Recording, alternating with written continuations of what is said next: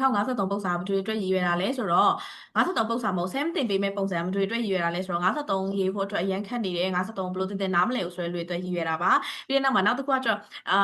53ကလာတဲ့အကြောင်းအရာတွေကလေဘာပြောနေမှန်းမသိဘူးဆိုပြီးတော့မှပေါ့နော်အဲ့လိုပြောတဲ့လူတွေရှိရလေအဲ့မှာအဲ့လိုလူတွေတော့လည်းပါပါတယ်အဲ့တော့ဘာပြောနေမှန်းမသိတဲ့အကြောင်းအရာကိုစာလုံးရေအလုံးရေ200ကျော်အောင်ဘလို့ရေးကြမလဲပြီးတဲ့နောက်မှာအမှတ်ဘလို့ယူကြမလဲကဲအချိန်နဲ့သွားကြည့်မယ်နော်အဲ့တော့ဆင်မတို့တွေဒီ53ပု္ပ္ပာဒီဘယ်လိုပု္ပ္ပာလဲစစ်တမ်းပု္ပ္ပာပါရတော့စစ်တမ်းဖြစ်တဲ့အတွက်ကြောင့်မလို့စစ်တမ်းကောက်တဲ့ဌာနရှိမယ်ခီကွမ်းရှိလိမ့်မယ်နော်ပြီးရင်စူးစမ်းဒဲဆောင်ရှိလိမ့်မယ်စစ်တမ်းမတူတွေကိုကောက်ထားတာလဲဆိုတာပြီးတဲ့နောက်မှာဂျူဂျယ်လို့ခေါ်တဲ့အကြောင်းအရာရှိလိမ့်မယ်တခါလေကြာရင်ရုံတို့တွေရဲ့မေးခွန်းမှာခီကွမ်းမပါလာတတ်ဖို့ရတော့မပါလာဘူးဘယ်ကနေကောက်လဲဆိုတာပြီးရင်တခါလေကြာရင်လည်းဒဲဆောင်မပါလာအဲ့လိုမျိုးမပါလာဘူးဆိုရင်တော့မှရုံတို့ဒီရဲ့ဂျူဂျယ်မပါဘူးဆိုတဲ့အခေါက်မရှိဘူးရတော့နော်အဲ့တော့ဂျူဂျယ်ကတော့အမြဲတမ်းပါပါတယ်။ကောဆမ်တစ်ခုဖြတ်ပြောမယ်ဆိုရင်ဆမ်ဒီမှာစကားကိုနည်းမြင်မြန်လေးပြောထားပါတယ်။ရုံတို့တော့အရင်မြန်နေတယ်ထင်တယ်ဆိုရင်တော့ရုံတို့တွေဒီနေ့တော့နှိပ်ပြီးတော့ကြည့်ကြည့်ပါနော်။โอเคအဲ့တော့ဆက်မသွားကြည့်ရမယ်ဆိုရင်ဒီမှာဒီပု္ပ္ပာမှာလည်းကြည့်လိုက်မယ်ဆိုရင်ရုံတို့ဂျိုးစာကီကွမ်းရှိလားနဲ့ကျင်းနေပါရုံတို့ဂျိုးစာကီကွမ်းရှိတာပေါ့ဒါပေမဲ့ဒဲဆန်းရှိလားမရှိဘူးအဲ့တော့ရုံတို့ဂျိုးစာကီကွမ်းရဲ့အနောက်မှာအမြဲတမ်းပါထည့်ရမလဲဂျိုးစာကီကွမ်းဒီနေရာဖြစ်တယ်ရုံတို့စစ်တမ်းကောက်တဲ့ဌာနနေရာဖြစ်တဲ့ကြောင့်မလို့အဲဆော့ထည့်လို့ဆင်မတော့အဲ့လိုမှတ်ထားခိုင်ပါတယ်နော်အဲ့တော့ဒဲဆန်းရဲ့နောက်မှာကကျတော့မောအဲဒဲဆန်းကလို့ပေါ့နော်အဲဒဲဆန်းကလို့ထည့်မယ်ပြီးရုံတို့ဂျူးတဲကိုပဲမှာသွားရှာမှာလဲရုံတို့မေခွန်းကိုကြည့်လိုက်ဒီမှာ53ပု္ပ္ပာရှိရမလား53ပု္ပ္ပာမှာဒီမှာအဲဒဲဟန်ဆိုတဲ့ဟာရှိလိမ့်မယ်သူ့ရဲ့အရှိရခွင်းဆောင်ခွင်းပိတ်နဲ့ရေးထားတဲ့ဟာဒီပါလဲဂျူဂျယ်ပါရပါတော့ဒီစစ်တမ်းရဲ့အကြောင်းအရာပါဒါဆိုရင်လည်းဆင်တို့ဒီမှာကျရင်ဘယ်လိုရေးမလဲခီကွမ်းရှိရလေးနဲ့နော်အဲ့တော့한국관광협회에서 한국 프로야구 관람객 변화에 대하여 조사하였다အဲ့တော့ဆင်တစ်ခုပြောဖို့မေ့သွားသေးတယ်အဲ့ဒါဘာလဲဆိုတော့ရုံတို့ writing ဒီအဖြေမှန်မရှိပါဘူးအဖြေမှန်မရှိဘူးဆိုတာဘာလဲဆိုတော့ဆမ်ရေးပြမှအဖြေမှန်သူများရေးထားတာမှားတယ်အဲ့လိုပုံစံမျိုးမရှိပါဘူးเนาะရုံတို့ဒီ writing ကိုပဲပုံစံအမျိုးမျိုးရေးလို့ရပါတယ်နဲ့အဲ့ဒီဟာလေးတစ်ခုမှတ်ထားပေးရမယ်နော်ရပါနော်အဲ့တော့နဲ့အဲ့လိုပုံစံမျိုးရှိပါတယ်အဲ့တော့ဒီနားလေးမှာဆိုတော့တူပဲဂျိုးစားဟာရောတာလို့မရေးချင်မနဲ့ဂျိုးစားတဲ့ရှိဟာရောတာလို့ရေးရောမမှန်ဘူးလားမှန်တာပေါ့ရတော့ကြိုက်တယ်လို့ရေးလို့ရတယ်နော်အဲ့တော့ပထမဆုံးတစ်ကြောင်းကိုစင်တို့တွေကဘယ်လိုရေးမှာလဲဂီကွမ်လိုက်ရှာမယ်ဂီကွမ်ရှိတယ်한국관광협회에서 한국 프로야구 관람객 변화에 대하여 조사하였다. 쌤ကတော့အဲ့လိုရေးလိုက်တယ်။ပြီးတော့မှဒီမှာ53ပုံစံမှာရုံတို့ပုံလေးတွေတွေ့လိုက်မယ်နော်။အဲ့တော့တစ်ခါလေကြာရင်လည်း3ပုံတစ်ခါလေကြာရင်လည်း4ပုံရှိတယ်။အဲ့တော့မှရုံတို့တွေက53ပုံစံကိုငါတော့ဒုတိယပုံကြိုက်လို့ဒီပုံကနေအရင်ရေးလိုက်မယ်။အဲ့လိုပုံစံမျိုးရေးလို့ရလား။ကျင်းတွေပေါင်းမရဘူးပေါ့ရတော့။အဲ့တော့ရုံတို့ဘယ်လိုရေးရမှာလဲအစင်လိုက်လေးရေးရမယ်။ဒါဒီနံပါတ်1ဒါဒီနံပါတ်2ဒါဒီနံပါတ်3ဒီလိုပုံစံမျိုးအစင်လိုက်လေးလာမယ်နော်။အဲ့လိုပုံစံမျိုးလေးရေးဖို့လိုပါတယ်။ဒီမှာခေါင်းစဉ်တွေတွေ့လား53ပုံစံဒီရုံတို့ဘယ်ဟာမှခြံခဲလို့မရပါဘူး။ငါတော့ဒါမကြိုက်လို့ခြံခဲလိုက်မယ်ရုံတို့အဲ့လိုလုပ်လို့မရအောင်။ Okayအဲ့တော့ကြည့်မယ်နော်ဆမ်ကလည်းចောင်းသားတွေကိုပြောထားလေးရှိရတခုရှိရဘာလဲဆိုတော့စာမွေးဖြည့်တဲ့အခါကျရင်အဖြည့်ကိုအရင်မရေးနဲ့မေးခွန်းကိုသိချာဖတ်ဆိုတာလေတူပဲ53ရေးတဲ့အခါကျရင်ចောင်းသားတွေအများဆုံးဖြစ်လိဖြစ်တာရှိရဘာလဲဆိုတော့ခန်းငွေတွေကြံခဲ့တာသိလားအရန်ညို့ပဲငါရတယ်ဟာဆိုရင်စိတ်လောပြီးရေးချင်တော့ကြံခဲ့တယ်ပြီးတဲ့နောက်မှာပြန်စစ်ဖို့ကလည်းပြင်းကြသေးတယ်နော်ပြန်လည်းမစစ်ကြအောင်အဲ့တော့မှားကြရောရတော့ပြန်မစစ်တာလည်းလေအချိန်မလောက်မှာဆိုလို့ဆိုရဲစိတ်ခံစားချက်ကိုနားလဲပါတယ်ရတော့အဲ့ဒီအတွက်ကြောင့်မလို့ရုံမျိုးအဲ့လိုပြဿနာတွေမဖြစ်အောင်ဆင်မဘာလုပ်ခိုင်းလဲဆိုတော့မေခွန်းတွေ့တယ်မလားဘတော်မှစာရွက်တွေကိုအရင်ချမရေးနဲ့မေခွန်းထဲမှာအရင်ရေးဘယ်လိုပုံစံမျိုးရေးရမှာလဲဒီမှာခေါင်းစဉ်နှစ်ခုရှိရယ်ပထမခေါင်းစဉ်ရုံတို့ခေါင်းစဉ်ရဲ့နောက်မှာဘာလာရမလဲဘယ်ကနေစရေးရမလဲဆိုခေါင်းစဉ်ကနေစရေးရမယ်ဟုတ်ပြီနော်ခေါင်းစဉ်ရဲ့နောက်မှာဘာလာရမလဲဆိုရင်နင်းထည့်လိုက်ဘာထည့်ရမလဲမသိရင်အသက်ပါရင်အသက်မပါရင်နင်းထည့်ဒီလိုလေးမှတ်ထားဟုတ်ပြီနော်ပြီးတဲ့နောက်မှာနောက်ခေါင်းစဉ်တစ်ခုလည်းတူပဲရုံတို့နင်းထည့်လို့ရတယ်အသက်ပါရင်ထည့်ပေါ်ရရဲ့အဲ့လိုမှမဟုတ်ဘူးရုံတို့တွေကပို့ပြီးတော့မှအဲ့လိုမျိုးနည်းနည်းလောက်လေးကွန့်ရေးချင်သေးတာဆိုရင်ကတော့ဒုတိယတစ်ပုတ်လောက်ရောက်လာရင်စကားဆက်လေးတွေထည့်ပေးခူဒီကိုပြီးတဲ့နောက်မှာနင်းလို့မရေးပဲနဲ့살펴보면ဒါမျိုးလေးထည့်ပေးရင်လေပို့ပြီးတော့ကောင်းပါတယ်ရပါတော့အဲ့တော့ကျွန်မဒီဘက်ကိုသွားကြည့်လိုက်မယ်ဆိုရင်ရေးကြည့်ရအောင်เนาะဒီမှာနင်းထည့်လိုက်ပြီဒီမှာခုနှစ်နှစ်ခုတွေ့လိုက်မယ်เนาะဒီမှာခုနှစ်နှစ်ခုတွေ့လို့နှစ်ခုပဲရေးရတခါလေကြာရင်လည်းခုနှစ်တွေက3 4ခုတွေဖြစ်နိုင်တယ်ရပါအဲ့လိုခုနှစ်တွေ3 4ခုဖြစ်နိုင်တဲ့ခါကျရင်လည်းအရင်ကြီးပြာခတ်သွားဖို့မလို့เนาะအဲ့တော့ဘလို့ပြာခတ်သွားဖို့မလိုရလဲဆိုတော့ရုံတို့တွေကခုနှစ်တီ2ခုပဲရှိ3ခုပဲရှိ4ခုပဲရှိပထမအောင်ဆုံးခုနှစ်ရဲ့အနောက်မှာအဲထက်နောက်ဆုံးခုနှစ်ရဲ့အနောက်မှာအဲနန်းထက်အလယ်မှာခုနှစ်တွေရှိရဆိုရင်အဲ့ဒီဟာတွေကိုကော်မာလေးတွေနဲ့ပဲခံရေးပါအထွေထူးဘာမှလိုက်မထည့်နဲ့တူပဲအပေါ်မှာလည်းဒီမှာအကြောင်းအရာတွေရှိရဟုတ်တယ်နော်အဲ့တော့ဒီမှာဒီ640만လို့တွေ့တယ်thángဝီကြံခဲ့မှာဆိုတာအဲ့တော့တခါလေးဒီမှာမြောင်းဆိုတာလေးထည့်ထားရုံးဒီဟာရေးတာ10စက္ကန့်လောက်ပဲကြာတယ်နော်ဘယ်နှမိနစ်မှလည်းမကြာဘူးနော်ပြီးတဲ့နောက်မှာပထမအကြောင်းအရာရဲ့နောက်မှာအဲဆောထည့်ဟုတ်ပြီနော်အဲ့တော့အလဲမှာတကယ်လို့များအကြောင်းအရာတွေရှိရဆိုရင်အဲ့ဒီဟာတွေကကော်မာနဲ့ပဲခံရေးမှာနော်ရပြီနော်ကဲနောက်ဆုံးတစ်ခုဥရိုထက်အဲ့ဒီဥရိုဒီဥရိုဂျွန်ကာဟာတာလည်းဖြစ်နိုင်တယ်ဥရိုခမ်ဆိုဟာတာလည်းဖြစ်နိုင်တယ်ဒီပုံကြည့်ရတာတော့ဂျွန်ကာဟာတာဖြစ်လာမယ်ရုံးဒါပဲဆဲမှာပြောလဲပါတဲ့အကြောင်းအရာအကုန်ထည့်ရေးရမယ် ဟုတ်တယ်နော်ဒီမှာ 약 1.7배ဆိုတာလေးရှိနေတယ်တွေ့လားအဲ့တော့ဆရာတို့အဲ့ဒါလေးကိုလည်းထည့်ရမယ်အဲ့ဒါလေးကိုဘယ်မှာထည့်မှာလဲဥရိုရဲ့အနောက်မှာထည့်ပါနော်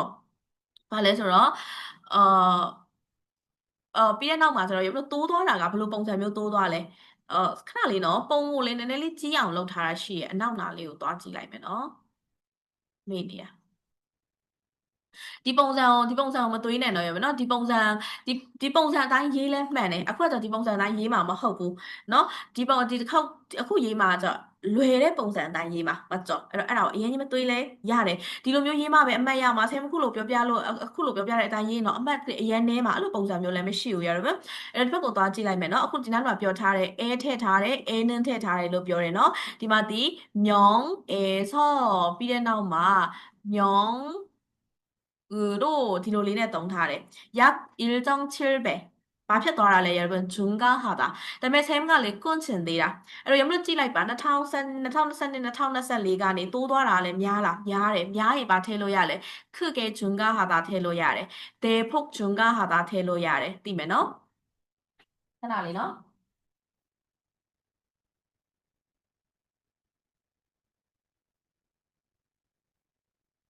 အဲ့တော့네, 삽이어 말하면 소위 크게 대폭 뒤로 텔로 야래. 비엔나 마 샘 디마 테치는 스갈롱아 크게 증가하다래 하고 대폭 증가하다래 하고 맨에 샘아 바 테치나래서 급증하다로 테치나 여러분. 급증하다 말에 베레 띠라요. 여기에지 알리면 알로묘 알리면 또သွားတယ်လို့ ပြောချင်တာဘာဖြစ်လဲဆိုတော့2020နဲ့2024ဒီဂျားထဲမှာခုနှစ်နှစ်ခုလောက်ပဲရှိတာ급증하다ဒီစာလုံးနဲတယ်လို့ထင်급격이 증가하다로ဘာညာတို့လည်းရေးလို့ရတာပဲလေနော်급격히 증가하다ဒါမျိုးတွေလည်းရတယ်ပြီးတဲ့နောက်မှာရုပ်လို့ထပ်ကွန်းထည့်ချင်ဘာလုပ်လဲဆိုတင်ချာတွက်ပြီးခုနှစ်တွေပါထည့်လို့ရတယ်ဒီမှာဒီ2020နဲ့2024ဒီနှစ်နှစ်ပဲရှိတယ်ဤညောထုံအန်ဒီလိုပုံစံမျိုးနဲ့ရုပ်လို့ခုနှစ်တွေပါထပ်ပြီးအစားသွင်းပြီးထည့်လို့ရတယ်အဲ့တော့ဆရာတို့ပြောကြည့်မယ်ခေါင်းစဉ်ရဲ့အနောက်မှာခေါင်းစဉ်အရင်လာရမယ်ခေါင်းစဉ်အနောက်မှာနင်းထည့်တယ်한국 프로 야구 관광객 수는ဟုတ်ပြီနော်ပြီးတဲ့နောက်မှာ2022년에 640만 명에서 2024년에는 1090만 명으로 약 1.7배 크게 증가하였다. 너 샘가자로 뒤에 홀로 디 조사 결과 복사를 verb 2နဲ့ရေးပါတယ်။ဘာလို့လဲဆိုတော့စစ်တမ်းရလက်ကထွက်လာပြီးပြီမို့လို့လေ။အဲ့တော့ 증가하였다. ဒါမှမဟုတ်လေဒီမှာရေးထားသလို 증가한 것으로 나타났다. အဲ့လိုမှမဟုတ်ဘူးဆဲမြေခုနှစ်လေးနဲ့ထပ်ပေါင်းပြီးရေးမယ်ဆိုရင်ဘယ်လိုရေးမလဲ။ပုံမှန်တိုင်းပဲ한국 프로 야구 관광객 수는 2022년에 640만 명에서 만 명에서 2024년에는 1090만 만 명으로 쿤에အရင်လာရမယ်ဘယ်နှစ်ခုနှစ်အတွင်းမှာလဲ2년 동안 딱 2နှစ်အတွင်းမှာ약 1.7배 대폭 증가한 것으로 나타났다. 대폭 증가하였다. ရမယ်နော်ဒီလိုပုံစံမျိုးလေးနဲ့ပြီးသွားပြီပြီးတဲ့နောက်မှာဒုတိယပုံစံတွေ့ရင်ရုပ်တွေ့ဒီဟာကိုနင်းဒီလိုလေးထည့်ပြီးရေးလိုက်လို့ရတယ်လို့ဆင်းပြောတယ်ဟုတ်တယ်နော်ဒါပေမဲ့ရုံတော့အဲ့လိုမျိုးမရေးချင်ဘူးကိုရေးချင်တယ်ဆိုရင်ဘယ်လိုလုပ်မလဲသူဒီတတိယမြောက်စာကြောင်းဖြစ်သွားပြီမလို့ခရီကိုလေးထားလိုက်ခရီကို열려뼈 관광객 맞다ပါတယ်관광객을 살펴보면 오케이 အဲ့ဒီမှာတင်ပြီးသွားပြီအဲ့ရုံတို့ဒီပုံလေးကိုကြည့်လိုက်ပါပုံလေးကိုကြည့်လိုက်မယ်ဆိုရင်ဒီမှာဒီ2020 2024မှာလည်း E30 တယ်ပဲ2024မှာလည်း E30 တယ်ပဲအဲ့တော့ရုံဒီပုံစာဒီဘာလုပ်နေတဲ့ပုံစာလို့ထင်လဲဘီဂီကိုလုပ်နေတာနှိုင်းရှင်နေတာဒီခုနှစ်တုန်းကတော့ဒီလောက်ဒီခုနှစ်မှာဒီလောက်နှိုင်းရှင်နေတာဟုတ်ပြီနော်အဲ့တော့နှိုင်းရှင်နေတဲ့ပုံစာတွေမှာဆိုရင်ဆမ်နိုတွေကပုံမှန်အဲ့လိုနှိုင်းရှင်နေတဲ့ပုံစာတွေမှာဆိုရင်ဘယ်လိုပုံစံမျိုးရေးလဲဆိုတော့ဒီထဲမှာပါတဲ့အကြောင်းအရာတွေရဲ့နောက်မှာနင်းထဲလို့ဆင်ပြောထားဘူးတယ်နော်အဲ့တော့နင်းမထည့်ချင်ဘူးဆိုရင်လည်းတစ်ခုရဲ့ရှေ့မှာမောအဲကျောင်းဦးလို့ထည့်ပြီးတော့မှနောက်တစ်ခုရဲ့ရှေ့မှာနောက်တစ်ခုရဲ့နောက်မှာနင်းထည့်လို့လည်းရတယ်ဒီလိုပုံစံမျိုးပြီးတဲ့နောက်မှာပါတဲ့အကြောင်းအရာကိုဆင်တို့တွေကရေးပေးရမှာနှစ်ကြောင်းရေးလို့ရတယ်ရတော့နှစ်ကြောင်းရေးလို့ရတယ်ဆိုတာ20 10대는 2배 증가하였다အဲ့လိုမျိုးတစ်ကြောင်းရေးပြီးတော့မှ그리고 4, 50대는 1.2배 증가하였다ဆိုပြီးနှစ်ကြောင်းရေးလို့ရတယ်ဒါပေမဲ့샘ရဲ့ဒီကိုရီးယားစာသင်ပေးတဲ့ writing သင်ပေးတဲ့ဆရာမကပြောတာဘာပြောတာလဲဆိုတော့ကိုရီးယားစာဒီ writing ရေးတော့မယ်ဆိုရင်စာကြောင်းတူတူလေးတွေရေးတာနည်းနည်းလောက်ရှောင်ပါဆိုပြီးတော့အဲ့လိုပြောတာ စာကြောင်းနဲ့အရန်တိုးနေရတိုးလေးရေးထားရဲဆိုတော့ဆင်တို့တွေကမှားမှာကြောက်လို့တိုးလေးရေးထားရဲဆိုပေမဲ့အဲ့လိုရေးထားတဲ့တိုးလေးတွေကစာဖတ်တဲ့ဆရာမဆီမှာနည်းနည်းအဲ့လိုထောက်နေရလို့ခံစားရတယ်တဲ့ဆရာမအဲ့လိုပြောဘူးတဲ့အဲ့တော့ကြောင့်မလို့အရန်ကြီးအပန်းမကြည့်ရင်တော့တခါတည်းပေါင်းရေးမယ်ဒီနှစ်ခုလည်းတခါတည်းပေါင်းရေးမယ်ရုံတို့တွေတီးတော့ဆိုတဲ့စကားလုံးရှိရလေဆင်တို့ကိုရီးယားစာမှာသင်ဖူးတယ်ဘာလဲကိုဆိုတဲ့စာလုံးကိုလို့မရေးချင်ဘာနဲ့ရေးလို့ရလဲမျောနဲ့ရေးလို့ရတယ်နော်အတိတ်ပဲဘာလဲတူပဲအဲ့တော့ဆင်တို့ဒီမှာရေးရင်လည်းတူပဲဆင်တို့ဘာအရင်ရေးရလဲဆိုတော့ခေါင်းစဉ်အရင်ရေးတယ်နော်ရုံတို့အစင်လိုက်ကိုမှတ်ထားပါခေါင်းစဉ်ရေးတယ်ခေါင်းစဉ်ရေးပြီးရင်ဘာရေးလဲခုနှစ်ရေးပါတယ်ရတော့နော်ခုနှစ်ရေးပြီးရင်ပါဝင်တဲ့ဒီရဲ့အကြောင်းအရာတွေကိုရေးပါတယ်နော်ပြီးတဲ့နောက်မှာသူ့ရဲ့ဒီဘဏ္ဍစဘာညာဆိုတဲ့တိုးသွားတယ်ကျသွားတယ်ဆိုတာရေးတာအဲ့တော့ခေါင်းစဉ်ကိုအရင်ရေးမယ်အရင်ပြောကြည့်မယ်ဘယ်လိုပြောမလဲဆင်ကဂရီကိုနဲ့ဆက်ထားမယ်လို့ပြောနော်ဂရီကို열려뼈 관광객 그 살펴보면ကဲဒီနားထိရမယ်လို့ဆင်ထင်ပါတယ်ခုနှစ်여러분2022 2024အရှိပုတ်စာမှာလဲ2022 2024ခုနှစ်ကိုရုံတို့တွေကအကုန်ရေးချင်တယ်ဆိုရင်အဲဟုတ်တယ်နော်부터ပေါ့နော်အဲဆုံးနဲ့ရေးလိုက်ရတယ်မှာ부터까지ဆိုပြီးတော့အဲ့လိုပုံစံမျိုးနဲ့ရေးလဲရတယ်ရတော့နော်ဘယ်နှခုနှစ်ကနေဘယ်နှခုနှစ်အတွင်းအဲ့လိုပုံစံမျိုးမှမရေးချင်ဘူးဆိုရင်ဘယ်လိုပုံစံရေးလို့ရလဲ같은 기간လို့ရေးလို့ရတယ်လေရတော့ဒါကို 같은 기간 တူညီတဲ့အချိန်ကာလအတွင်း같은 기간이ဘယ်같은 기간လဲအရှိကဟာနဲ့တူညီတဲ့အချိန်ကာလအတွင်းမှာပဲလို့ပြောတာရတော့အရှိမှလည်းဆင်မလား2022 2024နော်အဲ့ဒီဟာပဲပြောခဲ့တာဆိုတော့같은 기간ကလေတူနေတဲ့ထဲနောက်မှာဒုံဝမ်းထက်တဲ့ 같은 기간 ဒုံဝမ်းရတာပဲရတော့အဲ့တော့ဆင်ကတော့ဒီမှာခုနှစ်လေးနဲ့ရေးပြမယ်နော်2022년부터 2024년까지အထိ20, 30대는 20, 30대가 두 배, 다ဖြစ်သွားတာလဲ တက်သွားတယ်. တက်သွားတဲ့အတွက်ကြောင့်မလို့ 증가하였고 고리네 몇 살 때, 너 고리네 몇 살쯤 여러분 로ဆက်လို့ရလဲ 증가했으며 이로 셀래야라면 너 40, 50대는 1.2배 증가한 것으로 나타났다. 것으로 나타났다. ခက်လားမခက်ဘူးနော် 여러분 အစင်လိုက်ပဲရေးတာ ခေါင်းစဉ်ရေးတယ် ခုနှစ်ရေးတယ် ပါဝင်တဲ့အကြောင်းအရာရဲ့ဒီမှာဘလောက်တက်သွားတယ်တိုးလာတယ်ဆိုတဲ့အဲ့လိုပုံစံမျိုးလေးရေးတာတကယ်လို့များရုံတို့ရေးရမယ့်ဟာစန့်ကျင်ဘက်ဖြစ်နေရဆိုတဲ့အခြေအနေမျိုးထားပါအောင်ဒီမှာ e 30대가 တက်သွားပြီးတော့မှ 40, 50대 ကျရင်ကျသွားတယ်ဆိုရင်တော့ရုံတို့ဘာနဲ့သုံးလို့ရလဲ 지망နဲ့သုံးလို့ရတယ်လေအလွယ်ဆုံးနော်အဲ့လိုပုံစံမျိုးလေးသုံးလို့ရတယ်သူကတော့ 증가했지만 တက်သွားခဲ့တယ်ဆိုပေမဲ့ 40, 50대는 1.2배 감소하였다. 감소한 것으로 나타났다. အဲ့လိုရေးလဲရတာပဲမှတ်ထားမယ်နော်ဒီပုံစံမှာမဟုတ်ဘူး여러분ဘယ်ပုံစံမှာမဆိုသုံးလို့ရပါတယ်ဒီလိုပုံစံခဏပါတတ်ပါတယ်နော် Okayအဲ့ဆို warning သွားကြည့်မယ်ရပါ warning ကိုအလွယ်ဆုံးရေးလို့ရတဲ့နည်းရှိတယ်ဒီလို warning ဆိုရင်ဒီလိုစာကြောင်းတွေနဲ့ပုံစာတွေကဖြစ်လာရင်တော့ရုံတို့တွေဒီစာကြောင်းကိုဖတ်တယ်နားလဲတယ်နားလဲပြီးတော့မှရုံတို့နားလဲတယ်လို့စာကြောင်းကိုပြန်ဖြန့်ပြီးရေးတတ်တယ်နော်ရေးတတ်ရင်တော့အကောင်းဆုံးပဲနော်ဒါပေမဲ့အဲ့လိုပုံစံမျိုးမဟုတ်ဘူးရုံတို့တက်အရန်ခက်နေတယ်ဆိုရင်လည်းရေးတဲ့နေရာရှိတယ်여러분ဒီမှာမြားလေးတွေတွေ့လား여러분မြားလေးတွေတွေ့တယ်နော်ဒီမှာလဲမြားထောင်တက်နေရလေးတွေ့မယ်နော်ရုံမျိုးတွေဒီလိုပုံစာတွေမှာမြားထောင်တက်နေရလေးတွေ့အဲ့ဒီမြားထောင်တက်နေရဒီဘာလဲ 증가하다 봐နော်အဲ့တော့ 증가하다ပဲအမြဲမသုံးချင်ဘူးဆို 늘어나다 늘어나다 မသုံးချင်ဘာသုံးလို့ရသေးလဲ 늘다မသုံးချင်ဘာလို့သုံးလို့ရသေးလဲ 높아지다များလာတာမို့လို့ 많아지다နော်ဒီလိုပုံစံမျိုးတွေရုံတို့တွေဘာလုပ်လို့ရလဲသုံးလို့ရတယ်ရုံတို့စိတ်ကြိုက်သုံးအများကြီးပဲသုံးလို့ရတယ်ရှိတယ်နော်ဆင်းပြောသမျှအကုန်ဒီဟာအကုန်ပြီးသွားပြီလားမဟုတ်ဘူးရုံတို့ထပ်သုံးချင်သုံးလို့ရရှိသေးတယ်အပေါ်မြင့်တက်သွားတာဖြစ်တဲ့ကြောင့်မလို့တိုးလာတာဖြစ်နိုင်တယ်တိုးတာဖြစ်နိုင်တယ်မြင့်တက်လာတာဖြစ်နိုင်တယ်များလာတာဖြစ်နိုင်တယ်ဟုတ်ပြီနော်အဲ့တော့တူပဲရုံတို့မြားအောက်ကျသွားရင်လည်းမလို့ဒီ 감소하다 떨어지다အဲ့လိုပုံစံမျိုးတွေလေရုံတို့အများကြီးပဲเนาะ나사지다ဘာညာအဲ့လိုပုံစံမျိုးတွေသုံးလို့ရတယ်여러분ပြီးတဲ့နောက်မှာဒီမှာ 가로 화살표 လေးတွေ့မယ်နော်အလျားလိုက်မြင်းလေးပေါ့여러분အဲ့ဒီဟာကကြတော့쌤ကကျောင်းသားတွေကိုဘယ်လိုမှတ်ခိုင်းလဲဆိုတော့ဘာထည့်ရမလဲဒီမြားကိုဘာရေးရမလဲမသိဘူးဆိုရင်으로 인해လို့ရေး다음은 으로로 인해အသက်ပါရင် 으로 인해အသက်မပါရင် 로 인해 쌤အဲ့လိုမရေးချင်ဘူးဆိုရင် 으로로 လို့ပဲရေးရတယ်အဲ့လိုမျိုးမရေးချင်သေးဘူးဆို 때문에 လို့ပဲရေးရတယ်နော်အဲ့လိုပုံစံမျိုးရေးလို့ရပါတယ်여러분တကယ်လို့များရုံတို့တွေအဲ့ဒါဘယ်အချိန်မှသုံးရတာလဲဒီခါလေးက noun နဲ့မှသွဲသုံးရတာရုံတို့ဒါလေးသိရမယ်နော် noun နဲ့မှသွဲသုံးရတာအဲ့တော့တကယ်လို့များ verb ပေါ့ကွယ်ရုံတို့ဒီမှာ 증가 ဆိုရင် 증가로 인해 중가 အဲ့လို 중가로 ဒီလိုပုံစံလေးနဲ့သွားလို့ရစီမယ်။중가 ဆိုတဲ့စာက 중가 ဟာတာမှန်ရောသိနေရလေ verb မှန်သိနေတယ်။ verb ဖြစ်နေမယ်ဆိုရင်တော့ဘာနဲ့သုံးလို့ရလဲဆိုတော့ 음연서 လို့เนาะပြီးတဲ့နောက်မှာဒီ 아서 어서 တို့ဘာလို့လဲရတော့ဖို့ warning မို့လို့ဒီလိုနဲ့ရှင်းပြတဲ့ပုံစံလေးနဲ့သုံးမယ်เนาะ 아서 어서 တို့သုံးလို့ရတယ်ပြီးတဲ့နောက်မှာအသက်ပါရင်အသက်မပါရင်မြင်းမဲတာရဒါမျိုးတွေနဲ့လည်းသုံးလို့ရတာပဲဒီဟာတွေအကုန်ပဲလားမကုန်သေးဘူးရတော့ခီတဲမွန်းနေဆိုလဲရတာပဲဟုတ်ပြီနော်အဲ့တော့ verb ဆိုရင်ဒီလိုလေးသုံး noun ဆိုရင်ဒီလိုလေးသုံးများသောအားဖြင့်ကတော့ same ကတော့ဘာမှမမှတ်ချင်ဘူးဆိုရင်သူတို့ intern နဲ့ဒီတဲမွန်းနဲ့သုံးတယ်လို့မှတ်ထားဘာလို့လဲဒီလိုပု္ပ္ပစာတွေမှာကများသောအားဖြင့် noun လေးတွေ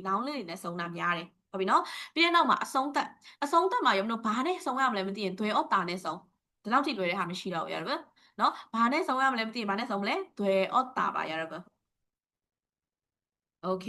အဲ့လိုပုံစံမျိုးလေးမှတ်ထားမယ်เนาะအဲ့ဆိုရင် separate ဘက်ကိုပြန်ကြည့်မယ် 함께 ဒီမှာဆိုရင် warning ကပြောထားတယ် warning ရဲ့အစမှာဆင်မှာဘယ်လိုမျိုးအမြင်နဲ့ဘယ်လိုစလေးရှိလဲဆိုတော့ 이러한 변화의 warning은 ဒီလိုလေးနဲ့စလေးရှိတယ်이러한တကယ်တော့ 중간의 warning 감소 warning ဘာပါညာသုံးလို့ရတယ်ဆိုပေမဲ့ဆင်ကတော့ 변화 နဲ့ပဲသုံးတယ်ဘာလို့လဲတက်သွားတာကျသွားတယ်ဒီပြောင်းတာပဲဟုတ်တယ်မလားเนาะ 이러한 변화의 warning은 အကြောင်းရင်းကတော့ 함께 줄기는 ဒီနားလေးမှာတော့ရုံတို့တွေစာကြောင်းအများကြီးထပ်မထည့်ဘူးဆိုရင်တော့ဘယ်နေရာမှာ eager ထည့်လဲလောက်ကတော့သိရမယ်เนาะအဲ့လိုပုံစံမျိုးလိုက်ထည့်ပေးပေါ့မသိဘူးဆိုရင်လည်းရုံတို့ရှောက်ပြီးတော့မထည့်တာကောင်းတယ်သိလားအဲ့ဘာမှနားမလဲဘူးဒီစာကြောင်းတိကိုတကယ်လို့များဘာမှနားမလဲဘူးဆိုတဲ့အခြေအနေဒါပေမဲ့ဆင်းကတော့ထင်တာပဲရုံတို့တွေစာပွဲ topic ဝင်ဖြေပြီးဆိုရင်တော့ဘာမှနားမလဲတဲ့အခြေအနေမျိုးတော့မရှိတော့ပါဘူးเนาะအကယ်၍များပေါ့အဲ့လိုချိန်တိုင်းတော့ဘာမှမထည့်ပဲနဲ့ဒီလိုရေးသွားလို့ရတယ်အမှတ်တော့အများကြီးတော့မရဘူးဒါပေမဲ့မှားသွားတာတစ်ကြောင်းလုံးမှားသွားတာထက်ဆိုင်တော့တော်သေးရလေနော်이러한 변화의 원인은 함께 즐기는 운와 문화의 인기로 인해 세모만အနေနဲ့ပြောပြတာ 인기 ဒီ noun လေနော်အဲ့တော့ 인기 မှာအသက်မပါတော့ 으로 in해 နဲ့သုံးတယ်문화의 인기로 인해 젊은 층의 관심이 또လာတယ် 늘어났다 ဒီလိုပုံစံလေးနဲ့ရေးလို့ရတယ်နော်ပြီးတဲ့နောက်မှာရုံတို့တွေဒီထပ်စာကြောင်းတစ်ကြောင်းထပ်ဆက်ချင်တယ်ဆို또한အဲ့လိုပုံစံမျိုးနဲ့ဆက်လို့ရတာပဲမဟုတ်ဘူးဆင်ဒီဟာကိုလဲလေနှစ်ကြောင်းကိုတစ်ခါတည်းဆက်လိုက်ချင်တယ်ဘာနဲ့ဆက်မလဲအဲ့လိုဆက်ချင်တယ်ဆိုရင်ကိုနဲ့တာဆက်လိုက်နော်ကိုနဲ့ဆက်လိုက်မဟုတ်ရင်လည်းမျောနဲ့ဆက်လိုက်ရုံတို့တွေအနေရကင်းဆိုတော့ကိုပဲအသက်ပါလဲကိုအသက်မပါလဲကိုမို့လို့လေနော်အဲ့တော့မဟုတ်ဘူးနှစ်ကြောင်းရေးမှာဆိုရင်ဒီတော့나다 또한ပြီးတဲ့နောက်မှာကတော့ 스타크 성수의 미디어 노출이အဲ့တော့ media ကိုထွက်ပေါ်လာတာဆိုတော့ဆင်မကျွန်တော်ဒီမှာ 높아지다 လို့ရေးလိုက်မယ်နော်အဲ့ 높아지다 မဟုတ်ဘဲနဲ့ 중간하다 ရေးရောမှန်လားဆင်မှန်တာပေါ့ရတော့နော်အဲ့တော့ 높아지면서 နဲ့ကတ်လိုက်မလို့ဆို 높아지다 ဒီ verb လေးရတော့နော်အဲ့တော့ဆင်မ 으면서 နဲ့ကတ်လိုက်မယ်โอเคရမယ်နော်အဲ့တော့신입한층이 형성တော့မှာဘာထည့်ရမလဲမသိဘူးဘာထည့်လို့ပြောလဲတွေအော့တာထည့်လို့ပြောထားတယ်မလား네ဒီလိုပုံစံလေးနဲ့ရုံတို့ပု္ပ္ပစာပြီးသွားပြီ이러한 변화의 원인은 함께 즐기는 운과 문화의 인기로 인해 젊은 층의 관심이 늘어났다 뭐 sorry 늘어났기 때문이다 또한 스타급 성수의 미디어 노출이 높아지면서 신입층이 조합이 여러분 뒷봉사로 생각하러အတိတ်ပဲပါလို့여러분 တလုံးမှမရှင်းပြခဲ့ဟုတ်တယ်မလား여러분ကိုယ်တိုင်လည်းဖတ်နေနေသိရလို့တော့ရှိမှာပါရဲ့ဒါပေမဲ့လည်းနားမလည်ရင်လည်းဒီလိုပုံစံမျိုးလေးနဲ့ရေးလို့ရပါတယ်ဒီ pattern ကိုရုံတို့လေ53ပုံစာဘယ်နေရာမှာမဆိုသုံးလို့ရပါတယ်အကြောင်းမှတ်ထားမယ်နော်ရုံနော်네ပြန်တော့ရုံတို့ writing အတန်းတက်ချင်တယ်ဆိုရင်လည်း writing video class ဖွင့်ထားတာရှိပါတယ်네 안녕히